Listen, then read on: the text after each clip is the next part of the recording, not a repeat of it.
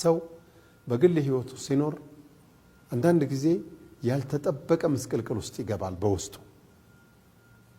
ሚስት ትከፋበታለች፣ ስራም ያጣል፣ ቤቱም ምስቅልቅል ይላል፣ ከጓደኞችም ጋር ይጣላል፣ ውስጡ ሰላም ያጣል፣ ውስጡ ያረካ ይሆንለታል። ነገሮቹ ሁሉ መከራ በመከራ ላይ መከራ፣ በችግር ላይ ችግር ይሆኑበታል። ምንድነው ይሄ ጉድ? አንደ ሶብር ማለት ትዕግስት ማለት ነው። የትዕግስት ሜዳው ቦታው ሰፊ ነው። ልጅ ማሳደግ ሶብር ይፈልጋል። ከሚስትም ጋር መኖር ሶብር ይፈልጋል። ከባልም ጋር መኖር ትዕግስት ይፈልጋል። ስራ ሰርቶ ውሎ መምጣትም ትዕግስት ይፈልጋል። ህይወታችን በሙሉ ትዕግስት ይፈልጋል።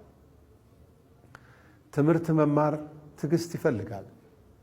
ማጥናቱ፣ ትምህርት ቤት መመላለሱ፣ ማምሸቱ፣ መፈተኑ፣ መውጣቱ፣ መውረዱ፣ መንገላታቱ ትዕግስት ይፈልጋል።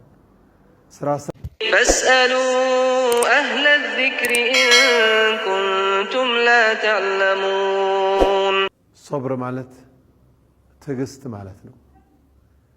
የትዕግስት ሜዳው ቦታው ሰፊ ነው። ልጅ ማሳደግ ሶብር ይፈልጋል። ከሚስትም ጋር መኖር ሶብር ይፈልጋል።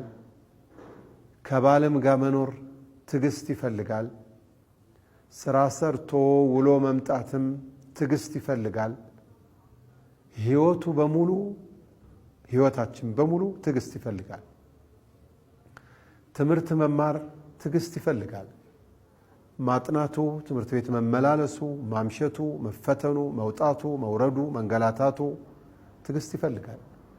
ስራ ሰርቶ ለፍቶ ደክሞ መምጣቱ፣ ገበሬ ሆኖ ማረሱ፣ ማረሙ፣ ማጨዱ፣ መውቃቱ፣ መቆፈሩ፣ አጥር ማጠሩ ሁሉም ነገር ትዕግስት ይፈልጋል።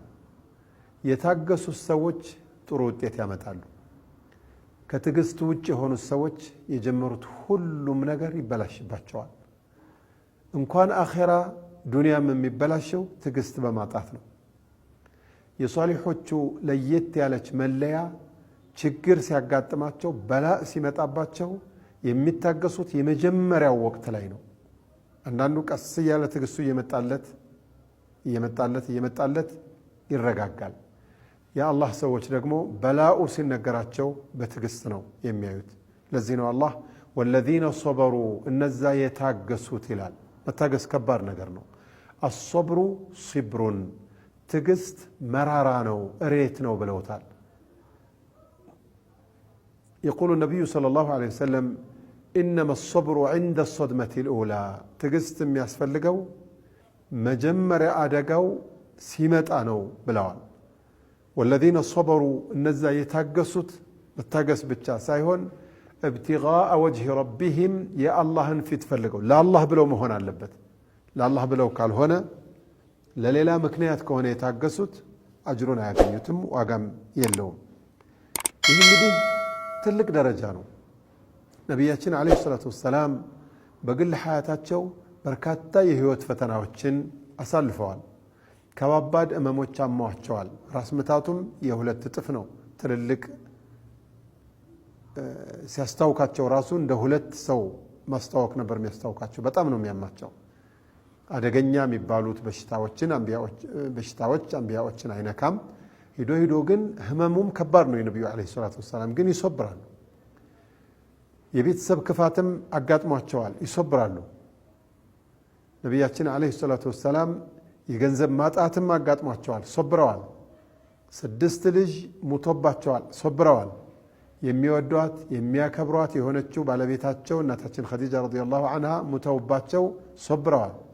አባትም እናትም ሙተውባቸው ሶብረዋል። በላ ተብሎ በሳቸው አካባቢ ያላለፈ የለም፣ ሶብረዋል። ለቀድ ካነ ለኩም ፊ ረሱሊላሂ ኡስወቱን ሐሰና በአላህ መልክተኛ መልካም አርአያ ያላችሁ። በላ ሲያጋጥማችሁ ርትክን ብላችሁ ራሳችሁንም አደጋ አትጣሉ። ፈስቢሩ ወህተሲቡ ምንም በላ ሲመጣ ሶብሩና አጅሩን ከአላህ ለማግኘት ስሜታችሁን አዘጋጁ። አስአሉላህ ሱብሓነሁ ወተዓላ አን ዩወፊቀኒ ወኢያኩም ሊማ ዩሒቡሁ ወየርዳህ። ወሰላሙ ዓለይኩም ወረሕመቱላሂ ወበረካቱህ። ሰው በግል ህይወቱ ሲኖር አንዳንድ ጊዜ ያልተጠበቀ ምስቅልቅል ውስጥ ይገባል። በውስጡ ሚስት ትከፋበታለች፣ ስራም ያጣል፣ ቤቱም ምስቅልቅል ይላል፣ ከጓደኞችም ጋር ይጣላል፣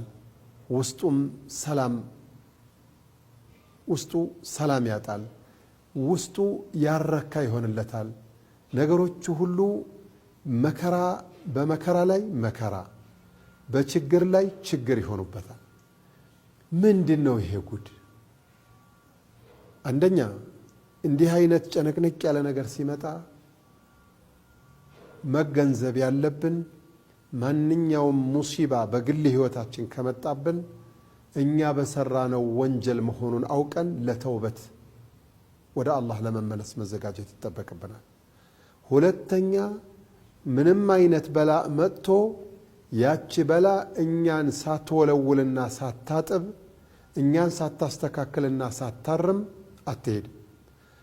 ሶስተኛ ደግሞ ይሄ በላ መጣ ማለት የእኛን ደረጃ ከፍ ለማድረግ ወንጀላችንን ዝቅ ወይም ለመሰረዝ እንጂ ዝም ብላ አትመጣም። ነቢያችንም ተናግረዋል ዓለይሂ ሰላቱ ወሰላም የቁሉ ማ ዩሲቡ ልሙእሚነ ሚን ነصብን ወላ ወصብን ወላ ሀምን ወላ ሐዘንን ሐታ ሸውከተ ዩሻኩሃ ኢላ ካነት ለሁ ከፋረተን ሊذኑቢህ። ማንኛውም ሙስሊም ሙሲባ ካጋጠመው ሚን ነصብን ድካምም ቢሆን ልፋትም ቢሆን መከራም ቢሆን ሮሮም ቢሆን ሐዘንም ቢሆን ትካዜም ቢሆን እሾህ እንኳን ሲያልፍ ነካ ብታደርገው የድንጋይ እንቅፋት እንኳን እግሩን ነካ ብታደርገው ወንጀል ማበሻ ወንጀል መጥረጊያ እንጂ ዝም ብላ የምትመጣ አይደለችም ብለው ነቢያችን ዓለይሂ ሰላቱ ወሰላም በግልጽ ቋንቋ ተናግረዋል። እናሳ ልክ ይሄ በላ በሚመጣበት ጊዜ ፊት ለፊታችን አንዲት ነገር ማስቀመጥ አለብን። ምንድን ነው? ፈኢነ መዐል ዑስሪ ዩስራ። የሆነ ችግር መጣ አይደለ? ቀጥሎ ደግሞ የሆነ አገር ሰላም ሊሆን ነው። እሽተዲ አዝመቱ ተንፈሪጂ ዓጅል ፈረጂ እንዳሉት ሸሸንኪ ረሒመሁላህ።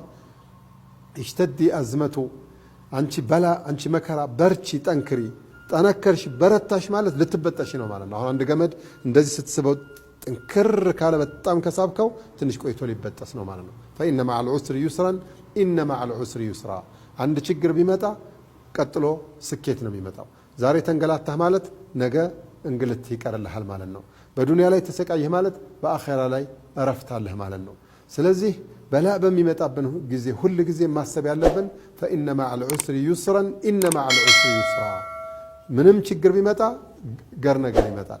ምንም የሚያንገላታ ነገር ከመጣ ስኬት ይመጣል። ስኬቱን ፊት ለፊት እየተመለከቱ በተስፋ ትልቅ የሰላም ህይወትን መኖር የሚቻል መሆኑን ለማስገንዘብ ፈልጌ ነው። እዚህ መካከል ላይ ግን አላህ ሱብሓነሁ ወተዓላ ነቢያችንን አንድ ማሳሰቢያ ሰጣቸው። ፈኢዛ ፈረግተ ፈንሶብ፣ የሆነ ስራ ስትጨርስ አሁንም ሌላ ስራ ገባ፣ እረፍት የለም። ወኢላ ረቢከ ፈርገብ፣ ምንም ነገር ስትሰራ ደግሞ ወደ ጌታህ ብቻ በመዞር እሱም ብቻ ከጅለው ሌላን አካል መከጀል የለብህም፣ ኢኽላስህም መርምር ብሎ አላህ ነግሯቸዋል። ስራ ላይ መዳከም የለም። ይህን ስንጨርስ ወደዚህ፣ ይህን ስንጨርስ ወደዚህ እንደፈለግን ነው የምንሆነው። እንደ ድካም የለም። ለቀድ ኸለቅና ልኢንሳነ ፊ ከበዲን ነው። የሰው ልጆችም በድካም ላይ ድካም አድርጌ ነው የፈጠርኳቸው ብሏል አላህ። የረፍቱ አገር አኼራ ነው፣ ዱንያ ረፍት የላትም። ይህንን ለማሳሰብ ነው። አስአሉላህ ጀለ ጀላሉሁ አን የጅዐለና ሚን ዒባዲሂ ሳሊሒን ወሚን አውሊያኢሂ ልሙቀረቢን። ወሰላሙ ዓለይኩም ወረሕመቱላሂ ተዓላ ወበረካቱህ።